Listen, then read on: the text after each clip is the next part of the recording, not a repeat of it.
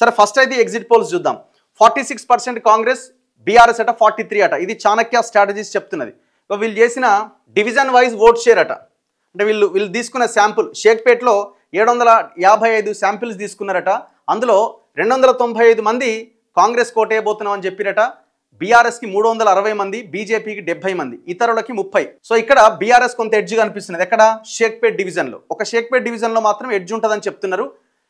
Almost ఇక్కడ 39% కాంగ్రెస్కి వస్తే 48% బీఆర్ఎస్కి వస్తుందట. అంటే ఆల్మోస్ట్ వీళ్ళు ఎంత ఇస్తున్నారు? 49% ఎడ్జ్ ఇస్తున్నారు. 9% ఎడ్జ్ ఇస్తున్నారు. అండ్ భారతీయ జనతా పార్టీకి షేక్పేట్ డివిజన్లో 9% ఓట్ షేర్లు వచ్చే అవకాశం ఉందట. ఇతరులకు ఇండిపెండెంట్ అందరికి కలిసి 4%. రెహమత్ నగర్లో 590 ఓట్లు ఉంటే 295 ఓట్లు కాంగ్రెస్కి, బీఆర్ఎస్కి 210. అంటే వీళ్ళు తీసుకున్న శాంపిల్.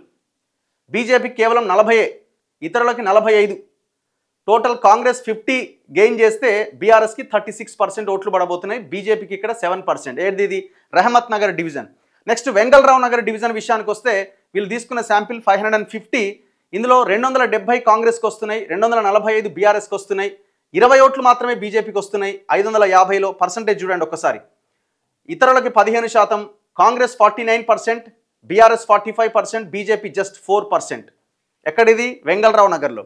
నెక్స్ట్ బోరబండ తీసుకుంటే బోరబండ డివిజన్లో వీళ్ళు తీసుకున్న sample 545.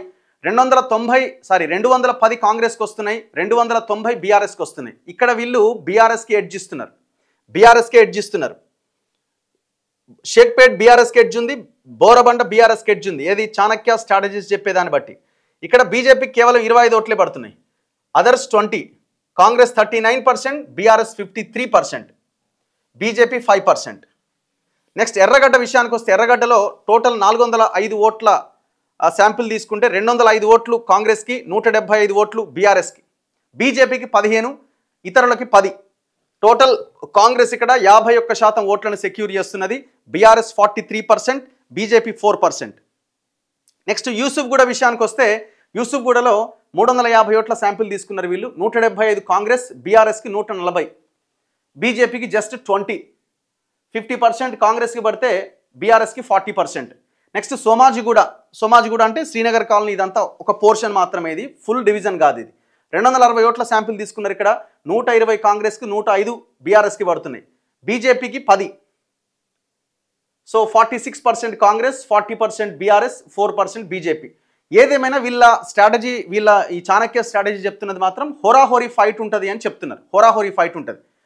Congress is going to win with 3 to 8% vote share అట.